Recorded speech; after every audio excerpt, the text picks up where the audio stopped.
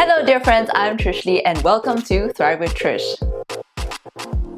Today we're going to be looking at rumination and what are the 9 techniques that you can try in order to overcome these repetitive thoughts that can impact your life negatively. What is rumination? Rumination is a process of thinking and focusing a lot about one specific point in your life or one specific thought or memory. It could be a memory in the past or it could be a thought or worry about the future. Basically, these strings of thoughts are just repeating non-stop in your head like a broken tape recorder. These thoughts tend to be sad or dark. A habit of rumination can be detrimental to your mental health because if it prolongs, it can impair your ability to think or process emotions. It can make you feel isolated and affect many parts of your life negatively. What causes a person to ruminate? There are actually various reasons, one of it being a belief that ruminating can actually help to gain insights into a problem. Maybe you struggle with low self-esteem, or perhaps you have a history of physical or emotional trauma. It could also be that you're facing ongoing stresses that can't be controlled. People who are perfectionists also tend to ruminate. Personally, when I used to have low self-esteem years ago,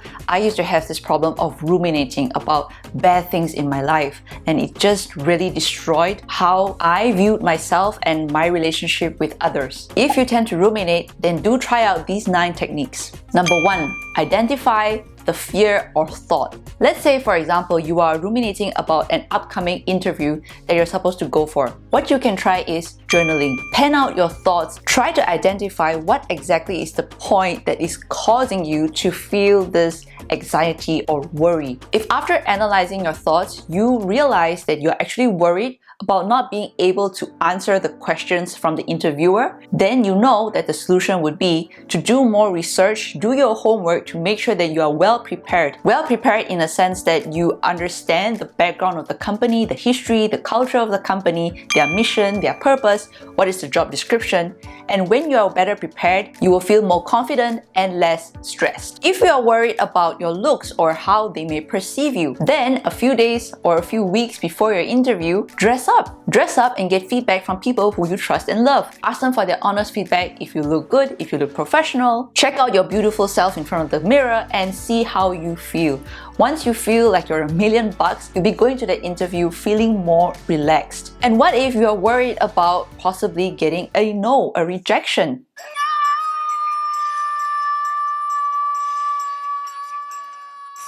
This is a really big question, and I covered this in one of my recent videos, one of my interviews, where we touched on how to manage rejection in romantic relationships. My guest Sophia shared a really good point, which is rejection is redirection. So rejection is not always a bad thing. It could actually very well be leading you towards something better. Plus, the more interviews that you go for is really good practice for your confidence. If you would like to check out that video, I'm going to put a link up here as well as in the description below. Tip number 2, think about the worst case scenario. I totally understand the jitters that we can get just before we go for an interview. I've also been for interviews, I totally understand. But honestly, what always helps me is to think what is really the worst case scenario. The worst case scenario is that I don't get the job. They tell me no, and that's it. I'm not gonna lose any money, I'm not gonna lose any dignity, nothing. If you ask yourself, can you handle the worst case scenario? Most probably your answer will be yes. So whatever situation that you are in, think of what are the contingency plans that you can put into place for all the worst case scenarios that could possibly happen. Tip number 3, let go of what you can't control. This is a fact of life. There are elements in life which we can control, and then there are elements in life which we can't control. So going back to that example of going for an interview, can you control what the interviewer may say to you? No. But can you control how well prepared you can be just before you go for that interview? The answer is yes. By doing so, you increase the possibility of you clinching that job. It's just like life, the weather, for example. I can't control the weather, and sometimes in Germany, for any of you Germans watching this, I think you can really relate. Sometimes the weather here can be really crappy. It's windy, it's cold, it's wet, it's gloomy, but of course it's not always like that. But yeah, on days where it's really bad, all I can do is create my own sunshine. It doesn't mean that I have to drag a frown on my face the complete day. What I can do is look for the little blessings in my life that I can be happy and grateful for. Tip number 4, look at mistakes as learning opportunities. I know I've said this many times, but it's true. Failures doesn't make you a failure. Try to shift your perspective to look at failures as learning opportunities. If you made a mistake, if you experienced something bad in your life, rather than ask, Why did this happen? If you ask this question, it actually puts yourself in a victim perspective, and you will start to hate life, you will start to hate yourself, you're going to start to be angry at life in general. That life's not fair, that other people have a better life than you. Instead, ask yourself, what can I learn from this? No matter how painful, how bad, or how humiliating an experience may have been, there is always something to learn from every experience. Tip number 5, schedule a worry break. If you find that you just simply can't stop ruminating, then just schedule a time for it. So let's say you schedule aside 20 minutes a day for thinking about your problems. Be disciplined enough to tell yourself for the rest of the day, focus on other things which really requires your energy and time. And during those 20 minutes, when you are actually ruminating on a specific problem, remember to remind yourself, don't just ruminate and ask why.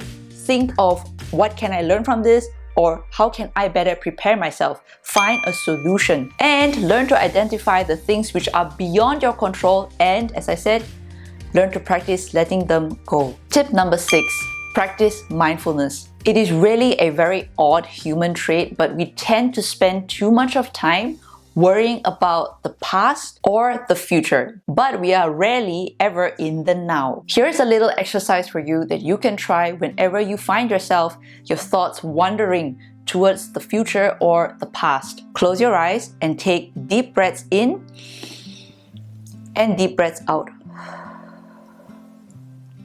Keep doing this until your mind starts to calm down. And when you're ready, slowly open your eyes. I would like you to look around you right now. Just look around you and ask yourself, in this moment, this second, is everything really so bad? Maybe there's a flower looking at you, smiling at you. Maybe you have a photo of your family hung on the wall and they're happy, they're looking at you and you're thankful for your family. Maybe you're sitting on a comfy chair or a warm bed and you're thankful for having a roof on your head. Maybe you're wearing nice clothes that makes you feel good.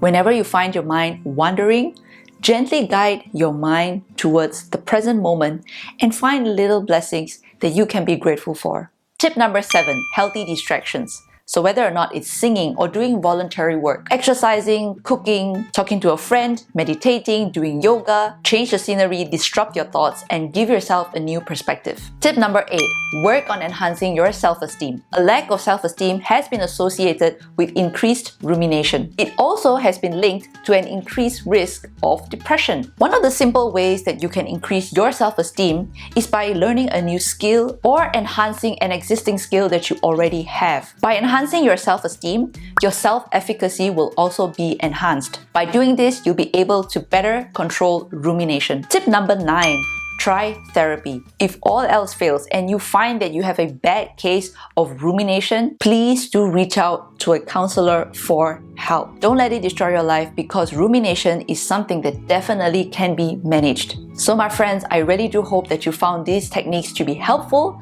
and if yes, please do give me a thumbs up, subscribe, and share this video with any of your friends and family who you believe may be experiencing a bad case of rumination or tends to overthink a lot. And now let's have a look at the quote of the day. Instead of asking, "Why did this happen to me?" ask, "What have you learned?" Instead of asking, "What if I fail?" ask yourself, "How can I be better prepared?" So, ladies and gentlemen, I really like to hear from you. What causes you to ruminate? Do you tend to stress about the future or worry a lot about the past? And what are your strategies to overcome rumination? Do share with me in the comments below. And now, moving on to my thank you shout out to my top 5 supporters for last week. Salima Yasmin, Tony Claire, Girl to Mom, Lauren Vakula, and Eunice at home. Thank you so much for your support and love. I truly appreciate all of you. To all of you lovely people who's watching, if you have time to check out these lovely accounts, please do. Live strong and have the courage to create a life you love because your happiness matters. Thank you so much for watching, and I'll catch you next time on Thrive with Trish.